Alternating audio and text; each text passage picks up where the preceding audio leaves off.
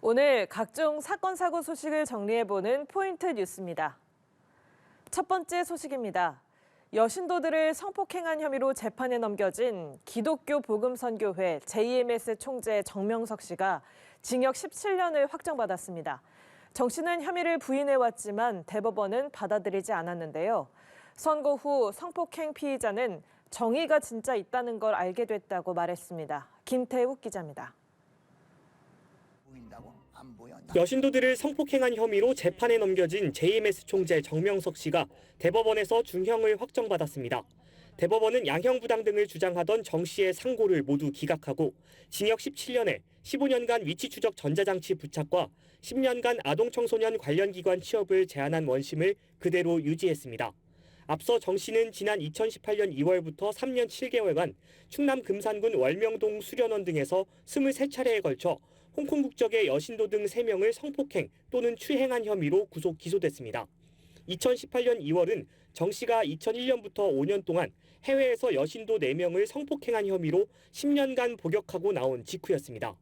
재판의 쟁점은 종교적으로 세뇌된 피해자들이 심리적으로 한거불능 상태에 놓였다고 볼 수 있는지였습니다. 정 씨는 재판에서 자신이 신이 아니고 여성들 역시 한거불능 상태가 아니었다고 주장했습니다. 하지만 법원은 일관되게 종교적 세뇌도 일종의 한거불능으로 간주할 수 있다며 정 씨의 혐의를 전부 유죄로 인정했습니다.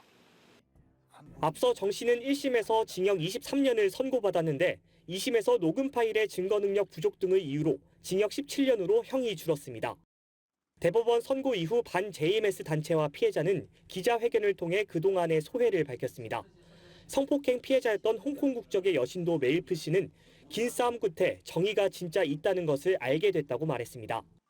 그때는 진짜 앞으로 어떻게 살아야 될지 나도 진짜 어떻게 우리 했는데 지금은 진짜 다 끝나니까 너무 좋아요.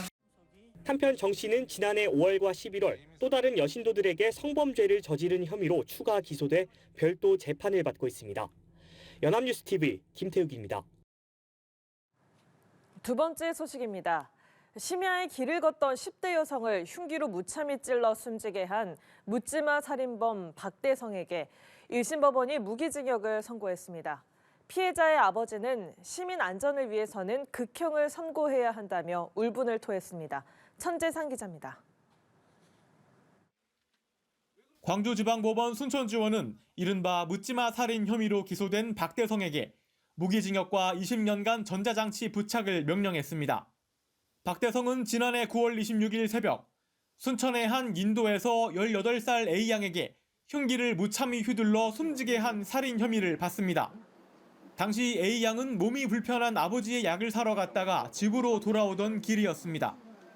박대성은 범행 직후와 검찰로 송치되는 과정에서 입꼬리를 올리며 웃는 모습을 보여 공분을 사기도 했습니다.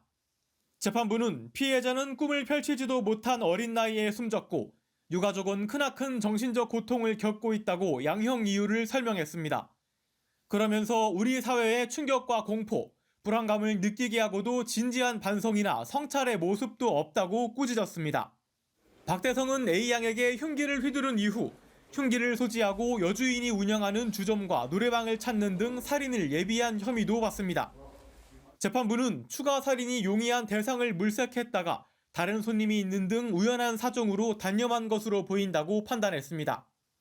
피해자 가족은 극형을 내려야 한다며 재판부 판단에 강한 불만을 표시했습니다. 시민들의 안전을 위해서 사용을 해야 되는데 잘못된 상황에서 저는 여성 부모로서는 마음이 답답하고 찢어집니다.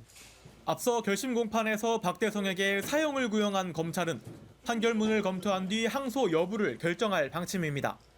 연합뉴스TV 천재상입니다. 다음 소식입니다. 병무청 설립 이래 처음으로 대리 입영이라는 범죄를 저지른 20대에게 검찰이 징역 2년 6개월을 구형했습니다. 피고인 측은 생활고와 정신질환으로 인해 범행을 저질렀다며 선처를 호소했습니다. 이상현 기자입니다. 지난해 7월 당시 27살이었던 조모 씨는 강원도 화천의 육군 소속 신병교육대로 입소했습니다. 하지만 군에서는 자신의 신분이 아닌 20대 최모 씨로 생활했습니다. 의식주를 해결하기 위해 군인 월급의 반을 나눠 갖는 조건으로 인터넷에서 만난 최 씨 대신 입대한 겁니다. 같은 해 9월 적발을 두려워한 최 씨가 자수하기 전까진 아무도 이런 사실을 몰랐습니다. 경력 의무 부과 과정에서 본인 여부를 확인합니다. 신분증을 가지고.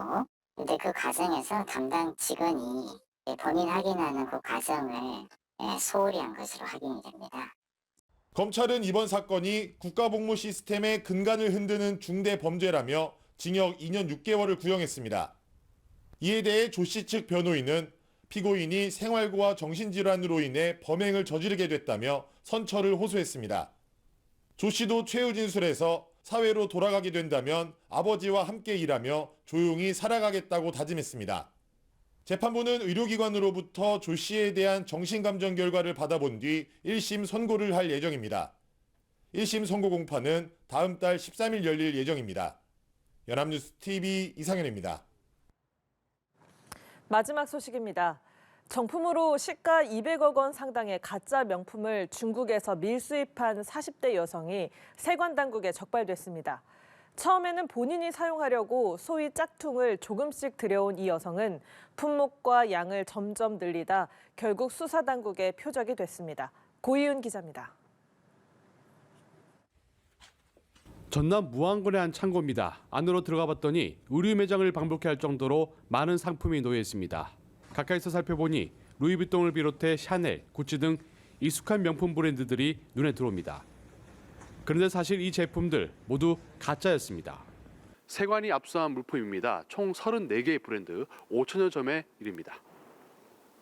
이렇게 많은 이른바 짝퉁을 보관하고 있었던 사람은 40대 여성 A씨. 애초 A씨는 주부였는데 4년 전쯤 본인이 입기 위해 중국 온라인 쇼핑몰을 통해 짝퉁 상품을 구입한 게 발단이었습니다. 이후 구매한 짝퉁을 주변 사람들에게 자연스럽게 팔기 시작했고 돈 버는 재미가 쏠쏠하자 온라인 쇼핑몰도 만들고 직접 중국 제조업자에게 접촉하기에 이릅니다. 위챗을 통해 중국 업자와 자주 소통한 A씨는 재질과 디자인으로는 정품과 구별하기 어려운 속칭 SA급 상품도 제작을 했습니다. A씨가 밀수입한 짝퉁은 만여 점, 정품으로 치면 200억 원 상당에 달했습니다. 이 중 5천여 점을 정품 가격의 10분의 1 수준으로 판매 7억 원의 수익을 챙겼습니다. 대량의 상품을 수입하면 세관 당국의 의심을 사게 될 것이라는 걸 알게 된 A씨는 가족과 지인 등의 명의를 활용했습니다. 중심 거점 창고를 만들어 놓고 이제 지인들의 이제 아는 이름이랑 이제 핸드폰 번호를 이용해서 각각의 주소지로 지인들의 주소지로 받아서 자신이 수거해가지고 이제 중심 창고로 비밀 창고로 모아서 이제 판매를 하겠습니다. 부산세관은 관세법, 상표법 등의 위반 혐의로 A씨를 공고해 최근 검찰에 부구소 송치했습니다. 연합뉴스 TV 고휴입니다.